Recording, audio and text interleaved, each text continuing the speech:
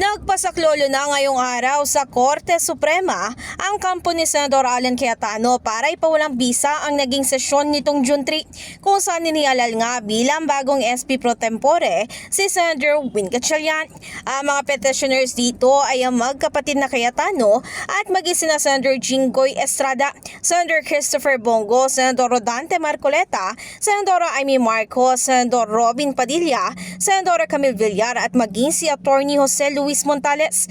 Kapansin-pansin naman na wala sa listang ito sina Senator Joel Villanueva at maging si Senator Mark Villar.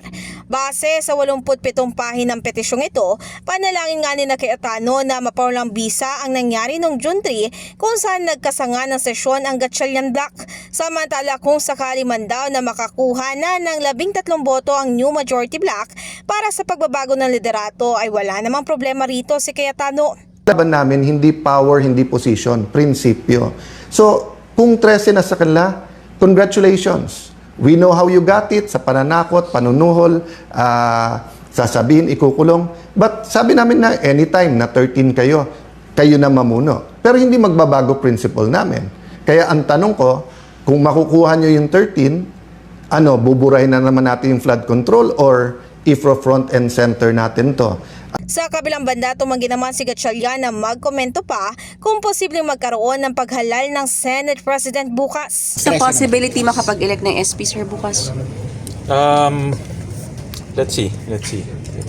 No, I don't want to comment on that first. But negotiations are ongoing, sir? Sa Major Block? Let's see. Ang importante naman para sa akin, itong mga bills matapos tsaka yung CA, ma-confirm yung mga generals. Maaalala, bukas na nga ng alas 9 ng umaga hanggang alas 4 o alas 5 ng hapon, nakatakdang ikasang special session ng Kongreso.